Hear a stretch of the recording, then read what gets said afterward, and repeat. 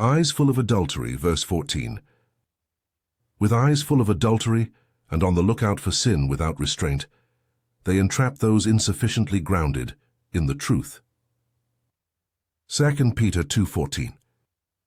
With this verse, Peter indicates that he has received even more distressing reports, namely, that the abuses on the part of these Gnostic teachers have not stopped with gluttony, drunkenness, and brazen imposition. These men were interested in exploiting those whom they seduced, not only financially and materially, but also sexually, and in any other sinful way their predilections inclined them. Peter adds the telling point that it is especially those who are insufficiently grounded in the truth who are most vulnerable to such entrapment. Anyone can be tempted, but those who do not have a firm grasp of the truth are much more readily deceived, which makes their seduction all the more easy for those who are well practiced in that black art. It is an invariable principle that turning aside from the truth always makes a person susceptible to lies instead. The human heart abhors a vacuum, and where there is no truth to fill it, the opposite will flood in without resistance. Those who chose to give these Gnostic teachers a hearing most likely did so at least partially out of spiritual ignorance. Otherwise, the falsity of what they were being taught would have been repellent from the start. In any church or Christian association, there will be varying levels of interest in the truth.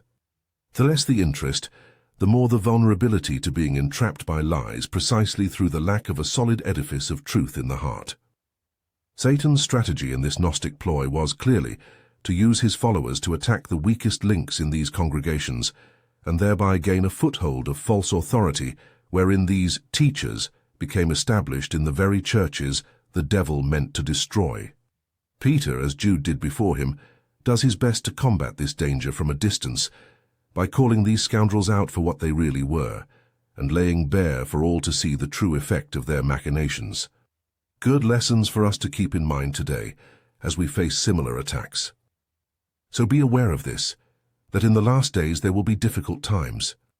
For in those times there will be men, that is, false teachers, concerned only for themselves, devoted to money, egotistic, arrogant, blasphemous, not concerned for their parents, ungrateful, irreverent, implacable, slanderers, uninhibited, savage, despising the good, betrayers, impetuous, megalomaniacal, devotees of pleasure rather than lovers of God, possessing an outward appearance of godliness, but in reality having rejected its true power. From such men turn away. Of this sort are those who even in our own day worm their way into households and take captive the spiritually weak who are loaded down with sins, leading them astray with various lusts, victims who consequently, though always learning, are never able to accept the truth. In the same way that Pharaoh's court magicians Jannes and Jambres opposed Moses, so these men also oppose the truth, for their minds have been corrupted, and they have been found wanting concerning the faith. But they will not keep on striding forward forever. Their folly will become obvious to all, just as in the case of those two. 2 Timothy 3:1-9. Accursed children, verse 14. They are accursed children, whose hearts are well trained for greed. 2 Peter 2:14. As Paul affirms at 1 Timothy 4:7-8, physical training, exercise, the meaning of gymnazo in both passages, compare English gymnasium, is beneficial in the short term, helping us maintain our health during our temporary stay here on earth. But exercising ourselves unto godliness, that is, striving to maintain and improve our spiritual health and thereby building up our relationship with the Lord, is profitable for all things, having promise of the life that now is and of that which is to come. 1 Timothy 4:8.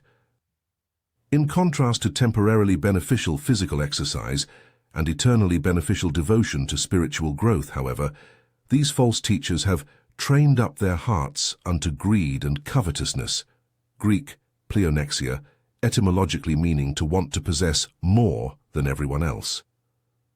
While children who receive from their parents a decent education in how to conduct themselves in life may be expected to mature into functional and socially acceptable adults, Peter describes these false teachers who have striven only to pervert their hearts as therefore still being children, but children who are destined for cursing rather than blessing on account of the contemptible path they have chosen. Even a child is known by his deeds, whether what he does is pure and right or not. Proverbs chapter 20, verse 11. The way of Balaam, verse 15. Having left the straight way behind, they have wandered astray and followed the way of Balaam, son of Beor, who loved the pay that comes from unrighteous behavior. But he received a rebuke for his exceptional madness when his mute beast spoke in a human voice and restrained that prophet's folly. 2 Peter 2:15 and 16. Peter indicates here that at least some of these false teachers, and not a few of their followers, were originally on the straight way, the straight and narrow path that is the only way to salvation. John chapter 14, verse 6. Abandoning this one safe road, the only one which leads to eternal life, for the sake of some filthy lucre here in this temporary world, is about the poorest bargain one can imagine, giving up unlimited blessing for the sake of a single meal of worthless pottage, as Esau did. Hebrews chapter 12, verse 16. Jude, when mentioning Balaam, had also invoked Cain's murdering of Abel and Korah's rebellion. Peter is led to focus solely on Balaam, emphasizing the folly of preferring temporary worldly wealth to the glories of eternity as the salient characteristic of these Gnostics, which now needs to be addressed. Like the Pharisees, they were lovers of silver rather than lovers of the Lord. Luke chapter 16, verse 14, and this characteristic has doomed them and damned them. We have brought nothing into this world and are not able to take anything out of it. So if we have daily sustenance and coverings for our bodies, we will be content with these. Those who want to get rich fall into temptations, traps, and many senseless and harmful lusts, the kind which swamp men's hearts to their destruction and damnation. For the love of money is a root cause of all evils, and it is in the pursuit of which love of money that some have wandered away from the faith, that is, become apostates, and have pierced themselves through with many pains. 1 Timothy 6:7 through 10. This should be blatantly obvious to all believers in Jesus Christ who are walking anywhere near close to the Lord. But these men have blinded themselves to the truth to the extent that they now not only resemble dumb animals, as we saw at 2 Peter 2:12, but have come to mimic Balaam, who had to be corrected by a dumb animal, his donkey, who was given the power of speech in order to rebuke him. Balaam, as Peter reminds us, was, temporarily at least, restrained from this madness by that extraordinary occurrence. But these men, to the contrary, show no signs of coming to their senses. To be more senseless than a donkey, more senseless even than a man temporarily corrected by a donkey, is to be truly foolish indeed.